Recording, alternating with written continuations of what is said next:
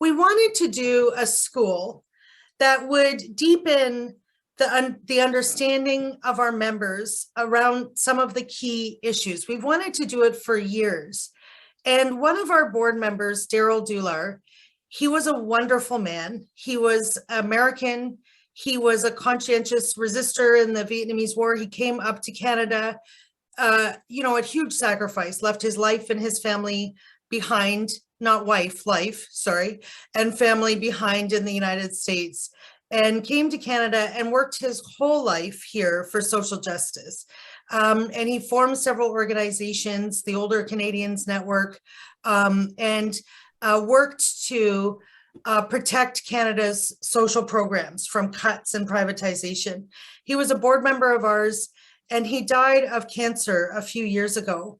And on his death, his organization gave a pile of money to us, gave an endowment to us to start a school where we could do educationals with people around the issues that Derrell was so passionate about and cared so deeply about. So defending Canada's social programs, equity, fair taxation, sort of the economics and the practical realities of social programs and what they mean for our country and for Canadians. And so we wanted to do the school, and then the pandemic started, and we haven't really been able to do it. So this weekend, we're going to do it as a one-day educational. But in future years, and when the pandemic is over, and yes, it will end, we're going to do it as a school where people will come for the weekend and kind of have an immersive experience and much sort of deeper learning opportunities around these key issues that really matter so much for our country. People don't understand that, taxation means more equity. They don't understand, by and large, that public services really fundamentally change our nation, and they create opportunity for people to live to their human potential, as well as provide needed services to people, and as an economic mechanism, create equity. They are and mitigate the income inequality, for example, dished out by the private market. And so Derrell really wanted people to understand what we have, what we've created as a nation, how beautiful it is, and stand up to protect it and defend it and hopefully expand it. And so that's what the school is all about. And so we created 3 courses for today. So one is Privatization 101, sort of the nuts and bolts of why not privatize public health care. And the goal is really to get people to be able to be more articulate and confident about what the arguments are, know where the resources are, have a deeper knowledge and a chance to really kind of ask questions and deepen their information on that. The second one is Taxes 101. How everything you wanted to know about taxes, public services, and equality and those sorts of issues. And the third one is building the movement. How can we deepen and broaden our movement? How do we build movements for social change that matter and make a difference? And we have, as a coalition in all of these years, we've amended every piece of healthcare legislation up until the Ford government, every single one in the public interest. We have changed public policy fundamentally. We've stopped privatization over and over. We've even won expansions to public health care repeatedly. We have saved countless local hospitals and emergency departments, stopped competitive bidding in home care, improved actual care levels in long-term care, nowhere near enough, but every time we fight, we actually move the ball down the field a little bit. And so our movement does actually make a difference, but how can we broaden and deepen it all across the province is about movement building. And so those are the 3 courses that we have today. I'm really excited by them. And the agenda is this. We're starting at 9:30. This is the opening plenary. It'll run till 10:30. I'm very excited because Jack Pincus, who served on the board with Derrell in their organization, is here, and he's going to talk a little bit about Derrell Dular himself and the school. Cher Richards, who is was married to Derrell and is his widow and a dear, dear friend, and never have time to talk with her, but she's also here, and she's going to close the school this afternoon. So she'll do the closing plenary, which is just about 15 minutes long. And then in this opening plenary, we have Alex Himmelfarb, who I'll tell you about in a few minutes, but is it's an amazing opportunity for us to hear from Alex. And then, so we'll run the opening plenary here from 9:30 to 10:30. Just before 10:30, maybe 10:25 or so, everyone will be shunted off to their rooms. So, and Sala will tell us in a minute which course is in which room, if that's okay. Sorry. And then your courses will run from 10:30 till 1:45 with a lunch break from 12 to 12:45. And there are some specific instructions around lunch because your Zoom link brings you into this room, the main room. And in this room will be the will be the privatization one, right? The Privatization 101 course. So if you leave on your Zoom, when you come back in, you're going to be here in the main room, not in your breakout room if you're in either the taxation or the building movement course. So Sala will tell you what to do if that happens and how you get back into your course. Okay, it's just a Zoom thing. Okay, so we'll go through all the housekeeping in just a few minutes. But before we do all of that, it's my pleasure to introduce to you Jack Pincus, who served on the board of the Older Canadians Network and the Alliance of Seniors to Protect Canada's Social Programs with Derrell Dular. And Jack created the endowment that was given to us along with Cher Richards, who was married to Derrell, in order to be able to start this school. And so Jack, we're so grateful. We're so happy to have you with us. And I just asked Jack if he wanted to say a few words about what the endowment is and who Derrell was and why we're doing this. And so Jack, go ahead, my friend, and you're on mute. I'm sure you know that, but. Does, so to unmute your Derrell, Jack, you got to unmute your, there you go. Good morning, everyone. What an act to follow, Natalie. I will try. Thank you very much. When Natalie Mehra first asked me to say a few words, I became both nostalgic and very sentimental. My relationship with Derrell spanned more than 20 years, starting with the Alliance of Seniors Older Canadians Network, founded by Al Gorlick in 1993 to protect Canada's social programs. As Al served as the first chair of the Alliance Network around 2004, when Al's wife became ill, he asked me to take over the chair temporarily. Very sadly, this became a permanent post when Al passed away in 2006 of galloping leukemia. Derrell was the managing director of the Alliance Network and later served on the board of the Ontario Health Coalition. For many years, the Alliance Network actively promoted the concern of older adults to the general public and to all levels of government. In 1993, the Alliance Network presented the first of several free public forums, which we have held downstairs, down in City Hall.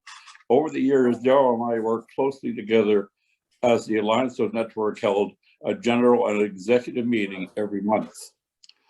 We also represented the Alliance Network at meetings of other senior organizations. Together, we made our yearly pilgrimage to obtain funding from the corporate donors for operating expenses, as we never charged participating member organizations a membership fee. In the latter years, as was true of most senior organizations, the Alliance Network struggled with dwindling membership.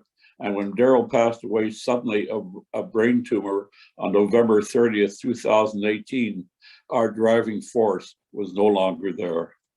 He was our guiding light. And not only that, he was my dear friend.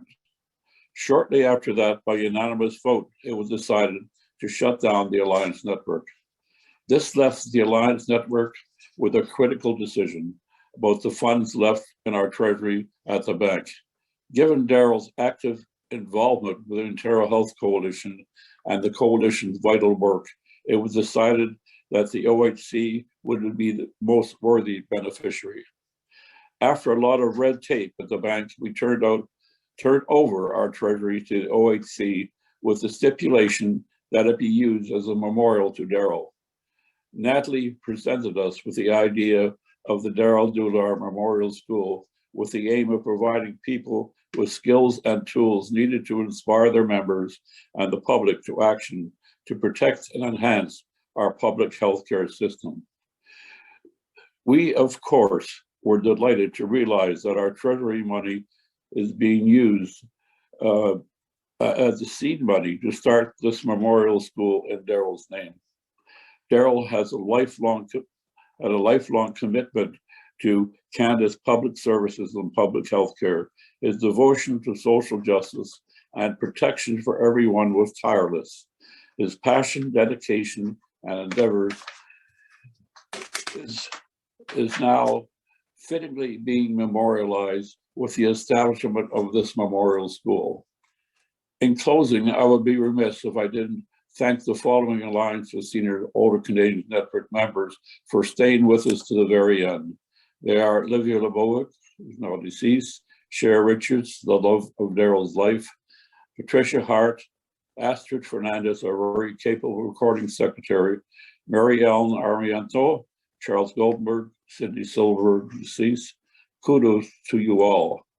Finally, I would like to express my undying appreciation to Natalie Mehra and the Ontario Health Coalition for the establishment of the Derrell Dular Memorial School. Thank you for the opportunity to express my thoughts. Derrell's memory will live on for many years to come. Thank you very much. Thank you, Jack. I miss Derrell too. You're gonna make me cry. I miss Derrell too deeply. He was such a good man and so constructive. He'd be so proud of all of us and so pleased to see this, I know. Thank you very much for working with us to do this. I'm really moved and pleased to be able to do this. And I'm excited about today. So I think what we'll do is, Alex, if it's good with you, we'll keep the housekeeping stuff till after. There's 150 people here. There are going to be somewhere close to 300. So we'll sort of give all of Sala, is that okay? We'll give all the details after Alex. And let's hear from Alex. I want to tell you a little bit about Alex first, and he's going to speak for about 15 minutes, and then we'll have some time for questions and answers.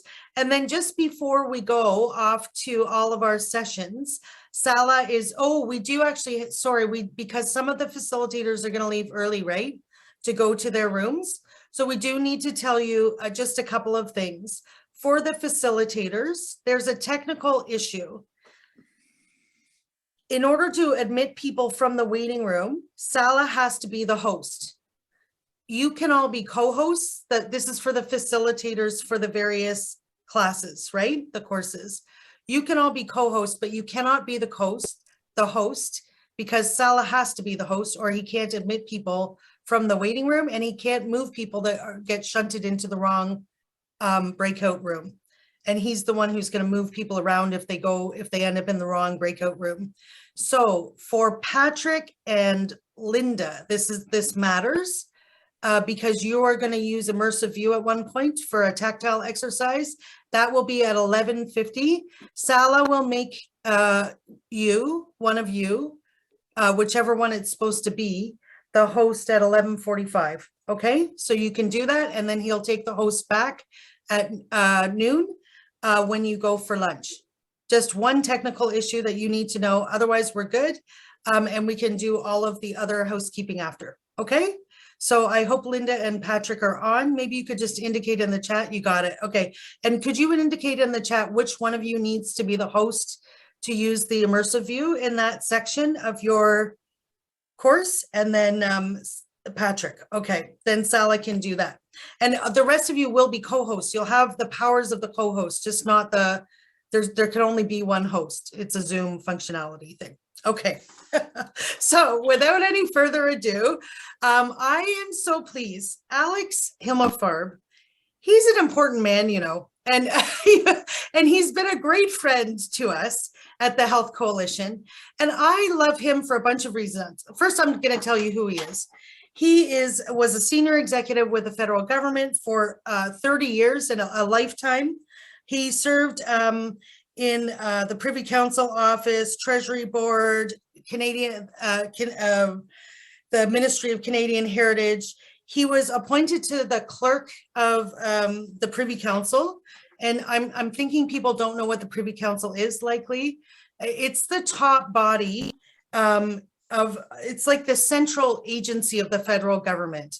And the clerk of the Privy Council is the very top of the civil service of Canada. They serve as a deputy minister to the prime minister, and they give advice to the prime minister and to cabinet about government. They're the very top agency of Canada. So he was appointed as the top of the Privy Council, the clerk to the Privy Council and secretary to cabinet in 2002. He served under 3 prime ministers. He was an ambassador. He has been a high commissioner. He's a graduate of the University of Toronto, where he earned a PhD in sociology. He was a professor of sociology at the University of New Brunswick and the director of the Glendon School of Public and International Affairs. He serves on a bunch of boards, including has served on or serves on currently the Atkinson Foundation, WWF Canada, and currently is the chair of the Canadian Centre for Policy Alternatives. It's impressive. But I also love Alex because he's a great Canadian, because he has a view of nation building and a view of what government can do for the good of people, of building public services, of not accepting declining expectations for our society and for our governments. He has helped us in the fight against privatization. He has helped us in the fight against endless austerity and cuts, seemingly endless austerity and cuts. This year, he helped in co-authoring a report that we commissioned and put out about why and how governments should end for-profit long-term care. He met with us with Andrea Horvath, the leader of the NDP, Stephen Del Duca, the leader of the Liberal Party in Ontario, with Jagmeet Singh. And we are supposed to have a meeting with Trudeau's people, or Trudeau and his people as well on this. He's been just really an incredible resource and an incredible help on our side of the spectrum. And I asked him if he would speak, or we asked him if he would speak today to talk about the issues that we're looking at, why public services are important, what we could push for, why we have to stop cuts, how we can dream bigger, the things that Alex is so good at. And so he's here today. We're so pleased to have him. Sorry for the bumbling introduction there, Alex, but thank you for being here. And please go ahead. We're excited to hear from you.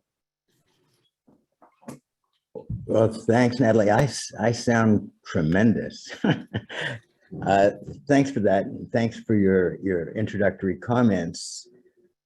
Good to be reminded that we have had some successes. You've had some successes. Your network have had some successes in pushing for public services and against austerity. Because I needed that, because, to be frank, even for a guy like me who's had extraordinary privilege and advantage, I'm finding it hard to be optimistic. I don't know about the rest of you, but I feel like the world feels upside down, increasingly unmoored. I mean, if you're like me, you're suffering from COVID fatigue. You're suffering from endless anxiety about climate change and what that means for the future generations, our kids. You're worried about social fragmentation, huge inequality, racism. This trucker convoy is just the last thing I needed as a kind of a reminder of how much hate and selfishness has mainstreamed itself. So it's hard to maintain optimism. And before I'm finished my 15 minutes, I'm going to try to recover enough of it so that we can see a brighter path forward. But you know, I'm reminded of one of my favorite writers, Antonio Gramsci. Antonio Gramsci is not somebody who most public servants would admit was their favorite writer, given he was both a communist and a prisoner. He wrote in the 1930s as he was watching the rise of fascism.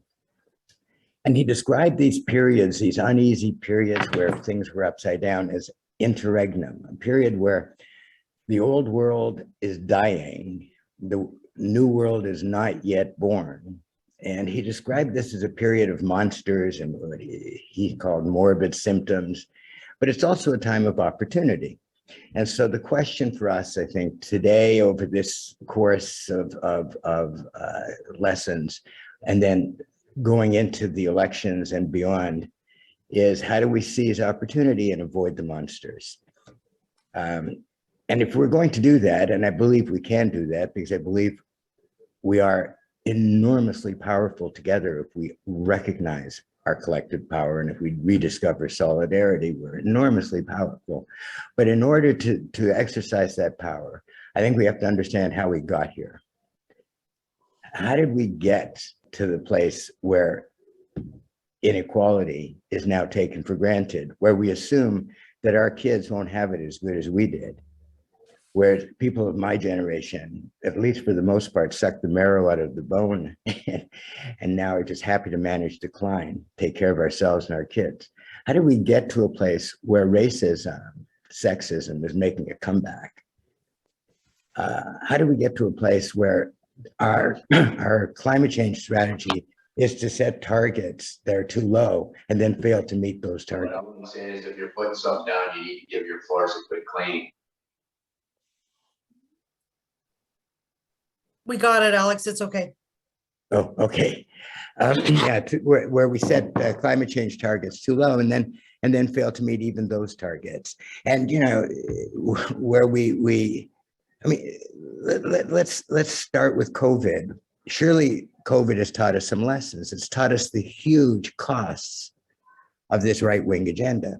For 4 decades, people want the same things they've wanted in the 60s and the 70s and 80s. They want the same things today. Poll after poll, Environics polls and Ecos polls show they want the same things. They want decent work.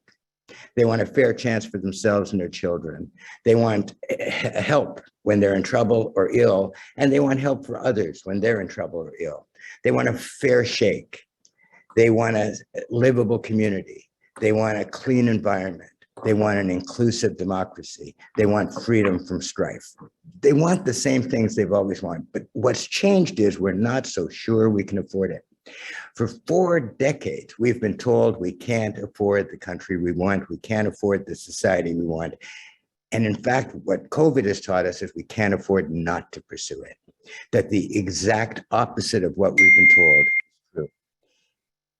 COVID has shown us the costs of 4 decades of tax cuts, which government after government told us were free, but always result in cuts to vital services, to greater inequality, to deferred investment. We've been told that debt is a bigger risk than climate change. We've been told that, think about this, that we've been told for decades the biggest problem is big government. Big government's the big problem. So climate change, no, that big government's the problem.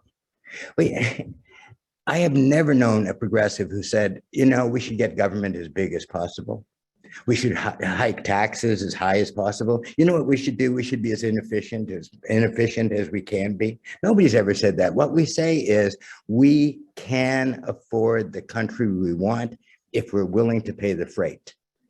That debt has been instrumental in building a better society, and that inflation does not and should not be allowed to undermine a progressive agenda. Now, we can look at each of those issues because that's been the triumvirate of phobias that the right wing has promulgated. The phobia about tax, phobia about debt, and phobia about inflation. And none of those are real.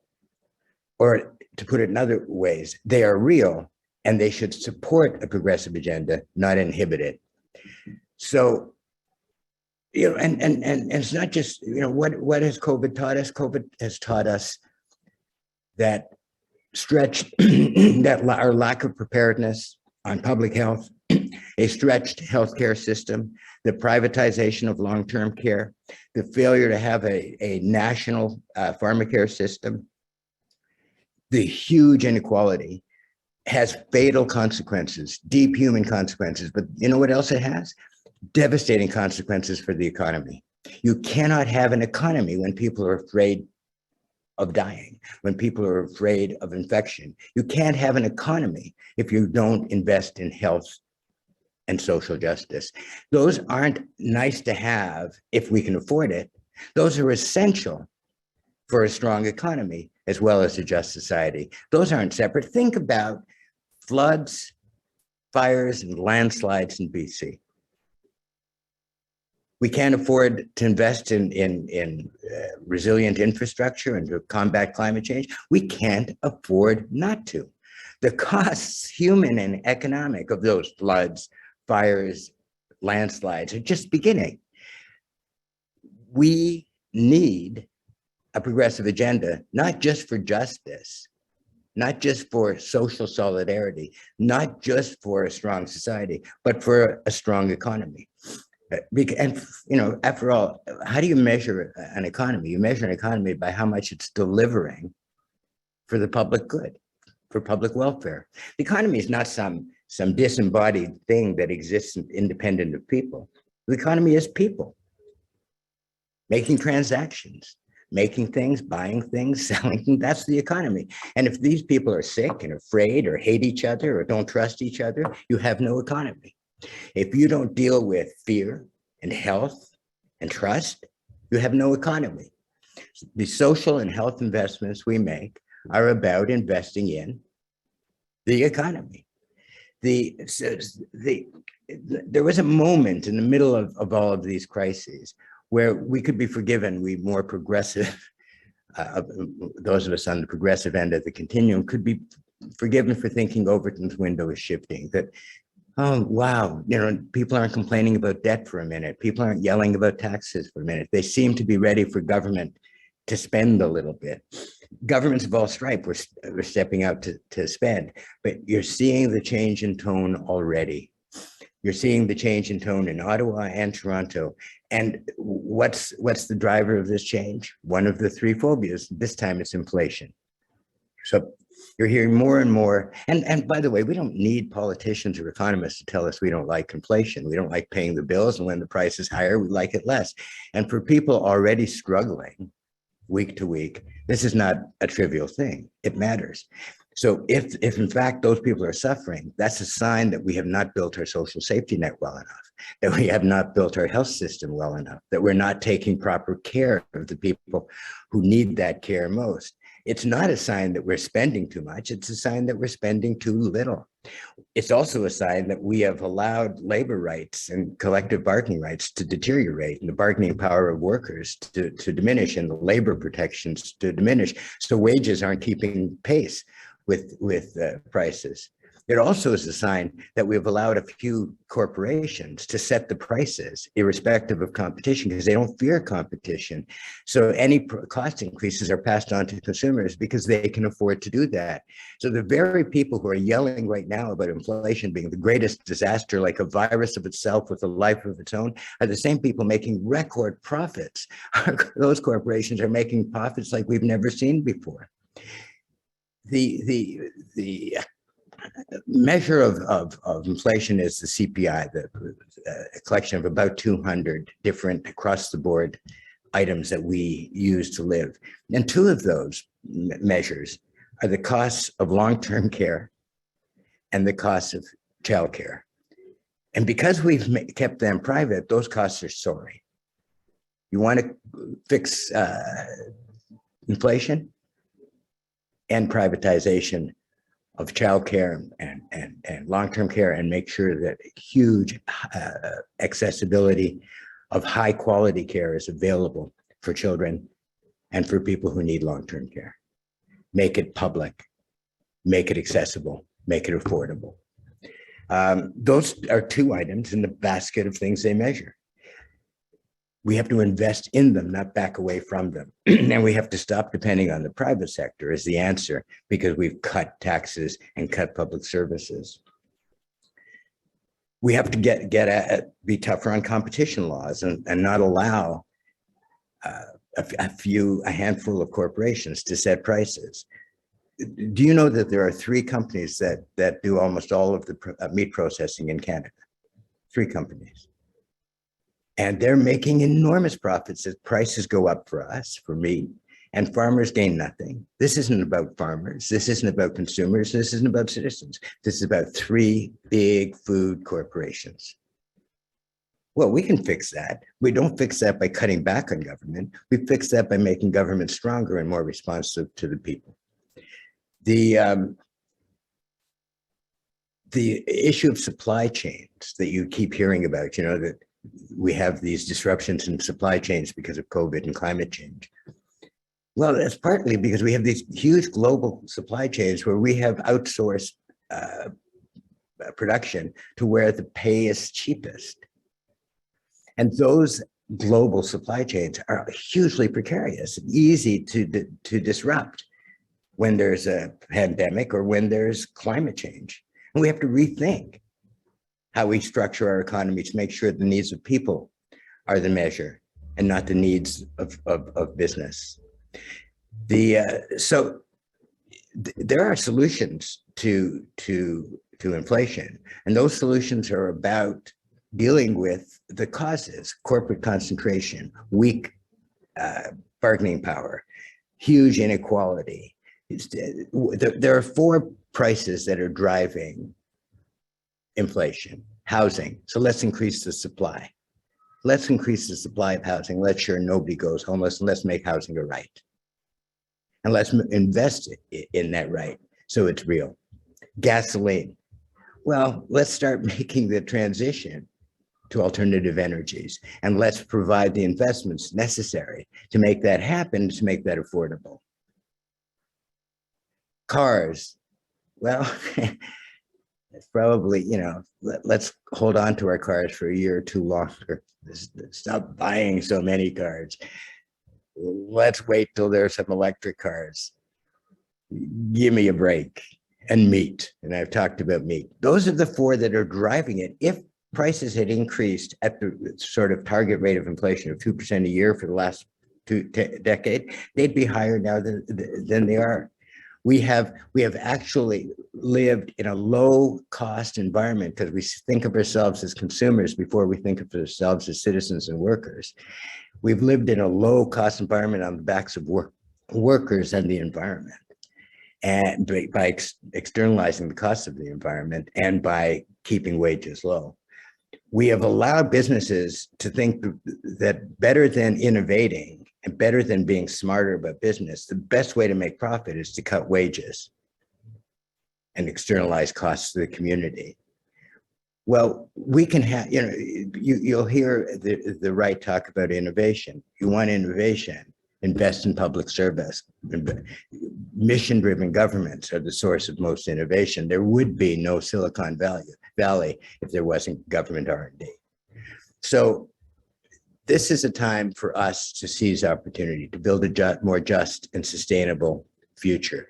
And that means that we have to be willing to pay the freight and stop seeing tax as a problem, that we have to understand that all debt is not the same. There's good debt that builds justice and a better future, and bad debt that helps corporations that don't need help and feeds benefits to the rich that don't need it, like tax loopholes, and that inflation is a sign that we have to help to ensure that those most in need are taken care of, and that we should solve the real problems of inflation, and they are not about government spending.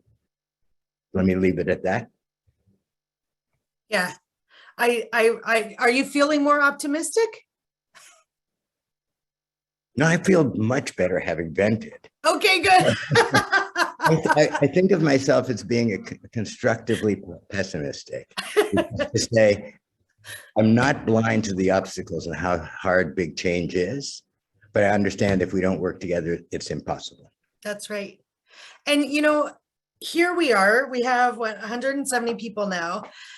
And we have together, our movement alone has made change, significant change, one significant investment in healthcare and services that create equity and make a huge difference in people's lives. That's us. There's no one else doing that. That is us. And so don't think for a minute that we can't do it or these problems are too big to solve. They're not at all. They're, as Noam Chomsky says, these are human decisions made by human beings. Of course, they can be changed. And I think, Alex, you're so inspiring. That was really interesting. People are asking for your notes if it's possible. He doesn't have notes. He just spoke from his brain and his heart. But we have recorded this and it will be on our YouTube channel, and we'll also post it to our Facebook and so on. And for everyone who comes today, you'll be sent all the facilitator guide, like the entire course material, so that you can run your course in your own community with your own organization. It's sort of being done as a train the trainer thing. And you'll also be sent links for all the videos. So each section of today will be recorded and you'll be able to watch it back. And those people who couldn't come will be able to watch it as well. So I'm going to, oh, sorry, Alex, we're going to have Q&A. Is that okay?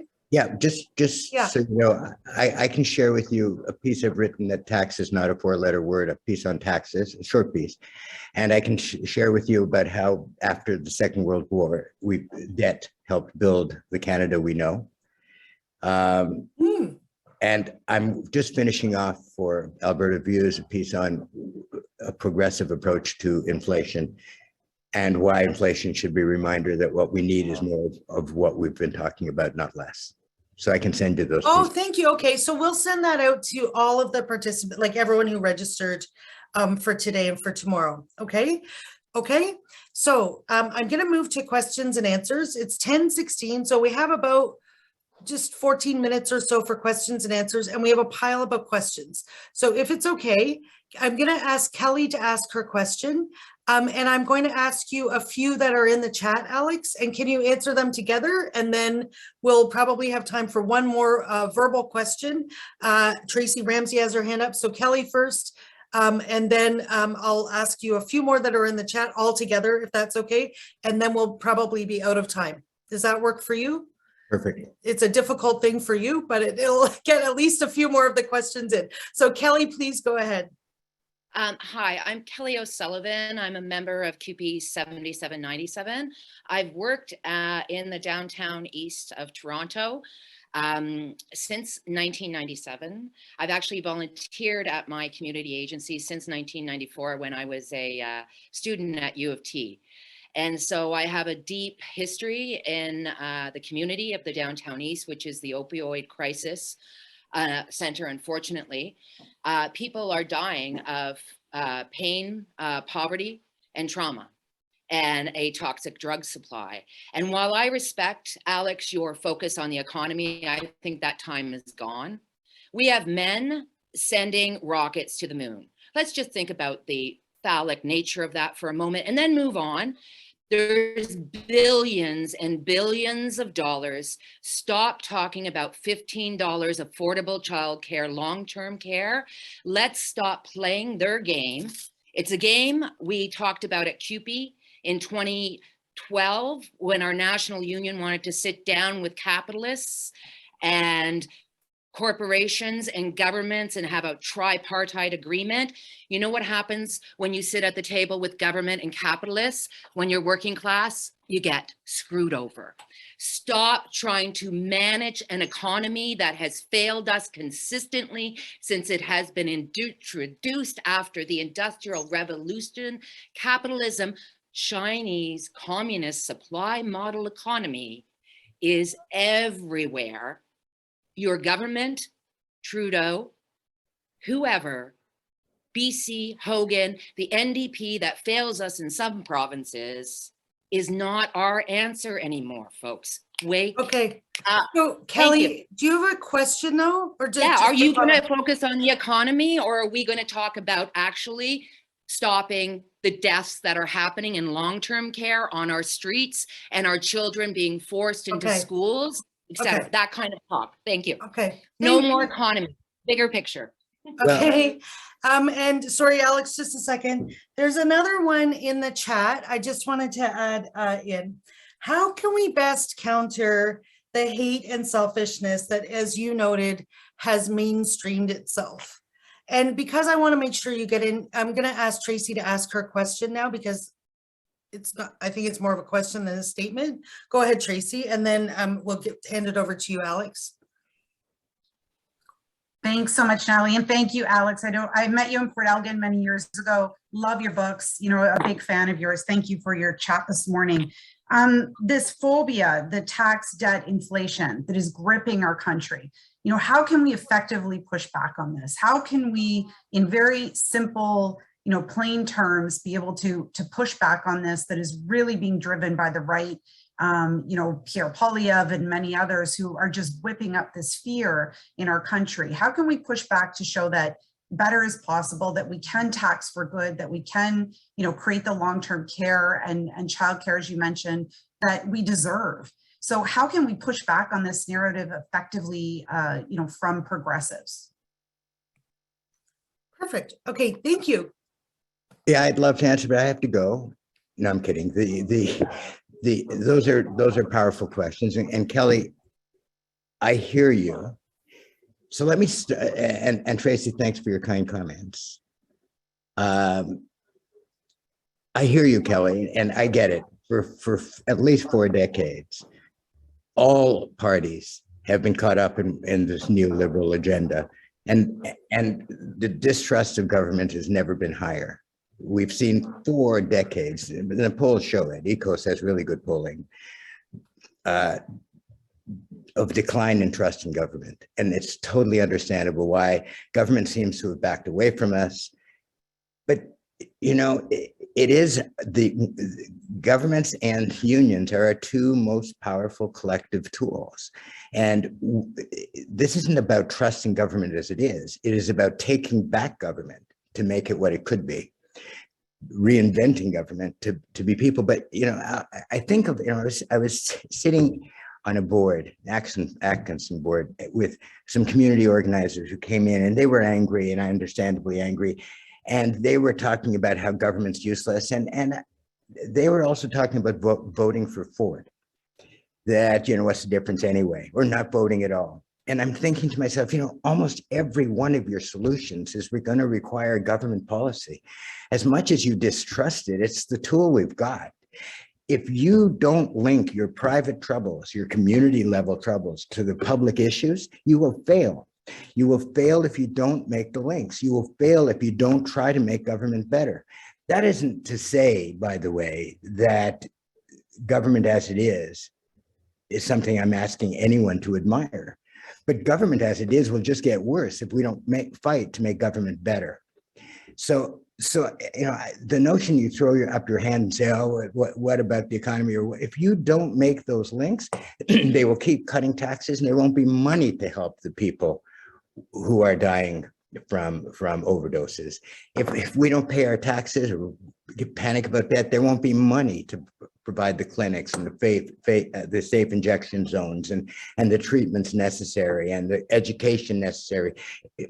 That's, of course, governments disappoint us, and the less we fight to make them better, the more they'll disappoint us. We will get the future we're willing to pay for, and we'll get the future we're willing to fight for.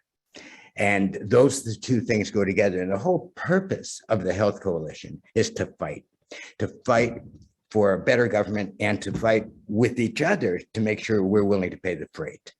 So absolutely, you should be angry. And let's turn that anger into some cool anger that understands that to get what you want in your community, you're going to have to make the link to what you want the government to be. And you're going to have to be helping your colleagues become politically literate and know how to fight those battles. You left to its own, government has backed away from us, and it's too often owned. Money always in a capitalist society, money talks. That's why it's not called laborism. In a capitalist society, capital talks. And when there's extreme inequality like now, it talks more loudly than ever. We have to learn to talk loudly ourselves. So we have to find solidarity, not by backing away, but by going forward and fighting for the government we need. With respect to the question of how we fight back the right-wing agenda, part of it is we have to know more. We're going to be told that inflation is about too much money fighting too few goods. And so we have to tighten up the money. There's too much public spending. The benefits are too generous. But the evidence is absolutely contrary to that. We know there's a lot of money out there, and it's in the hands of a very few people. We know that the amount of money that was public is now shrinking relative to the economy, and the amount that's private is increasing, and it's not increasing equally. There's too many people who don't have any, and too many people who have almost all of it. So we have to know the facts, number one. So we have to also make sure we don't lose confidence. How often progressives, when I came back from Italy, and I'd been away for a time, I came back in time for the Ignatieff-Layton Harper election. And I watched the first debate, fresh back in Canada, happy to be home. And I watched these leaders from all the parties competing about who is most fiscally responsible, who is going to do most to cut taxes, who is going to do most to cut government. And too often the progressives have bought into this phony fiscal agenda. I talk about being a constructive pessimist. We have to know the barriers. And the barriers are that we have lost confidence in our own vision. We have to take back the language. We have to take back all the language. They accuse me of being a tax and spender. And the answer is, of course. That's what governments do. They tax, they spend, they regulate. My view is let's tax the rich rather than the poor. Let's spend on public health rather than corporate greed. And let's regulate corporations rather than individuals, right? Take back the language. I believe in freedom and the emancipatory power of a progressive agenda. There's nothing free about what the truckers represent. There's nothing free about being totally non-respectful of your neighbor's rights. There's nothing free about infecting other people and allowing a virus to spread. And there's nothing free about, how am I free if I don't also understand my collective power, the power together? We talk about choice and we want people to be able to choose their childcare. But in order to choose their childcare, there have to actually exist choices that we build constructively. You can't choose what doesn't exist. And the only way we can create public long-term care spaces or childcare spaces is to build them collectively. The only way we can build a green economy is to build it collectively, and those things increase our choices and they increase our freedom. So how do you fight back? You fight back by not ducking when they accuse you of a tax and spending, or not allowing them to take this notion of freedom and turn it into something withered and pathetic. To retake the language, we believe in the emancipatory power of collective action.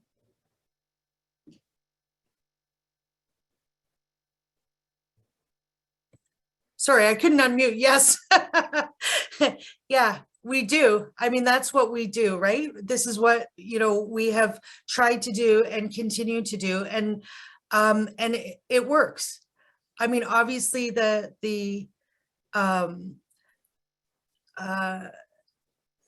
range of how far we push is narrower or broader by how far we push.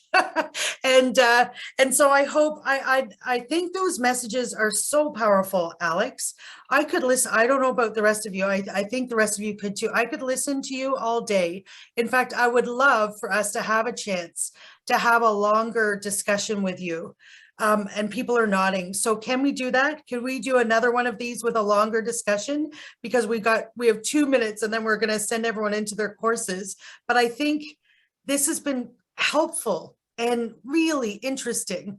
So would you be willing? And we'll do another one. Yeah, no, it's good for me too. Let me make one parting comment. Ever since the progressives have always been driven by three overriding values: equality, liberty, equality, solidarity or fraternity. Right, from the French Revolution on, those have been the three values. We have put unbelievable stock on freedom without investing in equality and solidarity. It's that part of the turn is to say, yes, individual freedom. Yes, it depends on a prerequisite to individual freedom is solidarity and equality. You can't have one without the others. And solidarity in the 21st century has to look different.